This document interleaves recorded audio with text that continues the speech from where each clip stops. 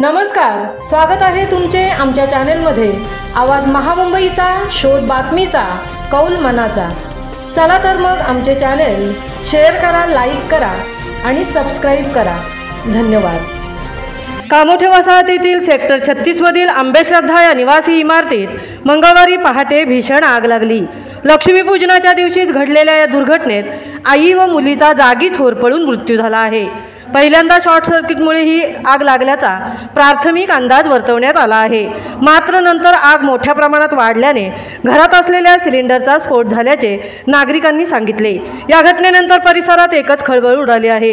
मिळालेल्या माहितीनुसार पहाटे अचानक इमारतीच्या 3ऱ्या मजल्यावरील एका फ्लॅटमध्ये शॉर्ट सर्किटमुळे आग लागली। काही वेळातच आगीने रौद्ररूप धारण केले। याच दरम्यान 2 वेळा जोरदार स्फोटांचे आवाज आल्याचे साक्षीदारांनी सांगितले। प्राथमिक अंदाजानुसार हे स्फोट सिलेंडरचे होते, त्यामुळे आगीमुळे काही सेकंदातच संपूर्ण मजल्यावर धूर व आगीचा लोट पसरला। घटनेनंतर रहिवाशांनी तातडीने पनवेल महानगरपालिकेच्या अग्निशमन दलाला कळवले। अग्निशमन दलाच्या गाड्या काही मिनिटातच घटनास्थळी दाखल झाल्या आणि त्यांनी आगीवर नियंत्रण मिळवले, मात्र फ्लॅटमध्ये असलेल्या आई व मुलीचा दुर्दैवी मृत्यू झाला। दोघीही आगीच्या लपेट्यात सापडल्या। रेखा सिसोदिया आणि पायल सिसोदिया असे मृत्यू झालेल्यांची नावे आहेत। प्राथमिक तपासात शॉर्ट सर्किटमुळे लागलेली ही आग सिलेंडर स्फोटामुळे आणखीन भीषण बनली असल्याची शक्यता वर्तवली जात आहे। अग्निशमन दल आणि पोलिसांकडून घटनास्थळाचा पंचनामा सुरू आहे। अधिकृत कारण लवकरच समोर येईल असे संबंधित अधिकाऱ्यांनी सांगितले।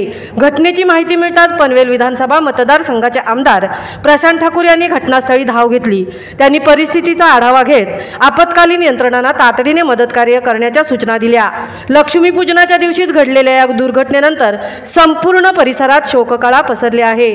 नागरिकांमध्ये भीतीचं वातावरण असून अग्निशमन दलाने शॉर्ट सर्किट आणि गॅस सिलेंडर सुरक्षिततेबाबत विशेष दक्षता घेण्याचे आवाहन केले आहे। आवाज महामुंबईच्या चॅनलसाठी संजय कदम सह तृप्ती भोईर, पनवेल।